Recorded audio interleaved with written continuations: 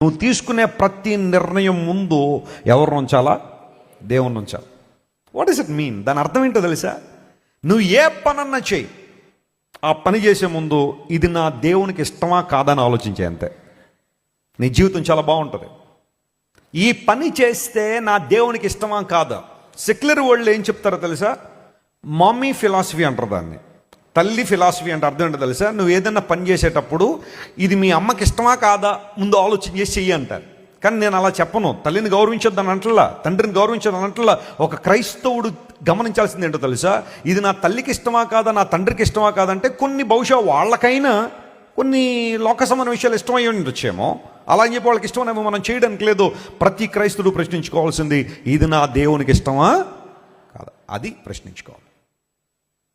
ఒక మాట మాట్లాడేటప్పుడు ఈ మాట మాట్లాడితే నా దేవునికి ఇష్టమా కాదా అని ఆలోచన చేసి మాట్లాడు. నీ జీవితం ఎంత బాగుంటుంది. ఒక పని చేసే ముందు, ఈ పని చేసే ఆ ప్రక్రియ ప్రారంభించడానికి ముందే ఇది నా దేవునికి ఇష్టమా కాదా, లేదా ఒక ప్రాంతానికి నువ్వు వెళుతుంటే ఈ ప్రాంతానికి వెళ్ళడం నా దేవునికి ఇష్టమా కాదా ఆలోచించేసి చేయి ఒకసారి.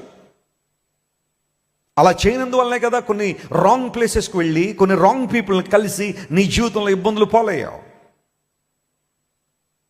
Before you make any decision, put God first. దేవుని ముందు పెట్టు. ఏ నిర్ణయమైనా దేవునికి ముందు పెట్టు. ఒక వివాహ విషయంలో కావచ్చు, ఒక వ్యాపార విషయంలో కావచ్చు, ఒక ప్రయాణ విషయంలో కావచ్చు, నీ జీవితంలో తీసుకునే ప్రతి నిర్ణయాన్ని దేవునితో ముడిపెట్టావు, గొప్ప ఆశీర్వాదాలు చూస్తావు. చప్పట్లు కూడా దేవుని మహిమపరచండి. You will see great blessing.